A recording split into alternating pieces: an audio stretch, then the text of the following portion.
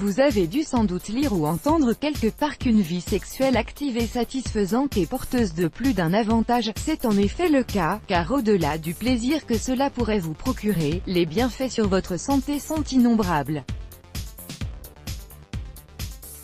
Parmi ces derniers, on peut citer la réduction des risques de crise cardiaque ou la stimulation du système immunitaire.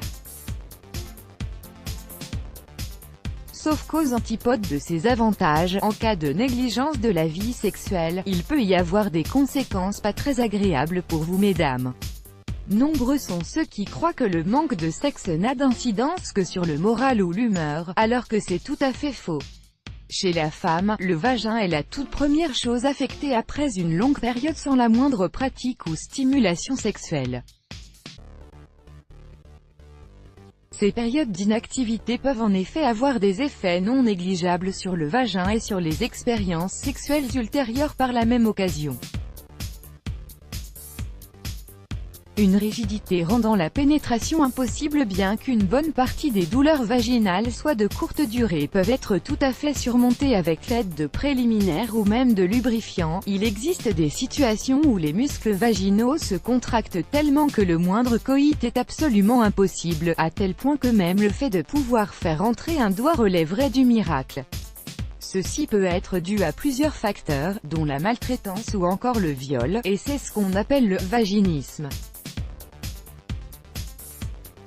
Ce type de complication doit être traité après consultation d'un gynécologue, par le biais d'une kinésithérapie du plancher pelvien sous forme d'exercice ainsi que de l'insertion de dilatateurs permettant de décontracter les muscles vaginaux petit à petit. Le rapport sexuel suivant pourrait être douloureux. Selon le Dr Brett Worley, gynécologue au centre médical de Wexner à l'université d'État de l'Ohio, les rapports intimes venant après une longue période d'abstinence tout comme la toute première expérience sexuelle peuvent être accompagnés de douleurs. Comme c'est le cas pour une personne n'ayant pas fait de sport depuis un certain temps, les muscles en perdent l'habitude, ce qui fait que la reprise est toujours particulièrement dure. Là c'est exactement là. Même chose, vos muscles perdent l'habitude de faire l'amour, sachant que les problèmes psychologiques résultant d'une rupture, elle-même à l'origine de la période d'inactivité sexuelle, peuvent eux aussi jouer un rôle considérable là-dedans. Docteur Worley conseille vivement de faire preuve de réceptivité pendant les rapports, de ne pas oublier les préliminaires et aussi, pourquoi pas, se servir de lubrifiant pour faciliter le processus. Il précise qu'il ne faut surtout pas forcer la pénétration malgré la sensation de douleur, et qu'il faut prendre son temps et s'y reprendre à nouveau avec les préliminaires jusqu'à ce que les choses se fassent naturellement.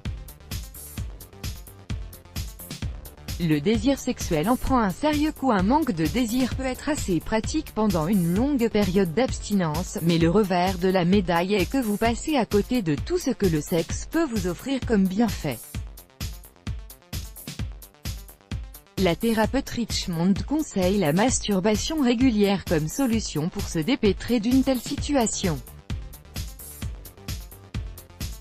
Elle explique, les orgasmes sont simplement bons, qu'ils soient atteints grâce à vous ou à votre partenaire, votre corps vous remerciera pour toute cette production d'endorphines. Ceci aura en effet pour résultat de rendre votre expérience sexuelle meilleure pour la simple et bonne raison que, comme le dit Richmond, les personnes qui ont l'habitude de se masturber ont tendance à être des amants plus attentionnés et à donner plus à leur partenaire. L'inactivité sexuelle peut aussi causer du tort à votre vagin. Certaines femmes tendent à croire que lors de la ménopause, faire l'amour devient beaucoup moins important. Or, une telle affirmation est sans aucun fondement. Le vagin et la vulve possèdent plus de récepteurs que n'importe quelle autre partie de l'organisme féminin, et comme durant la ménopause la quantité d'œstrogène chute de manière évidente, l'inactivité sexuelle peut mener à une atrophie vaginale.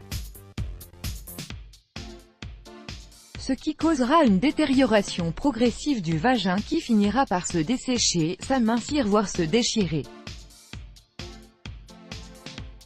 Le docteur Depré recommande aux femmes célibataires de se procurer elles-mêmes du plaisir le plus régulièrement possible. pour la simple et bonne raison que le plaisir sexuel n'a pas d'âge, et il rajoute également avoir des patientes qui, même ayant dépassé le seuil des 70 ans, font l'amour plusieurs fois par semaine. Let's block ADS, why?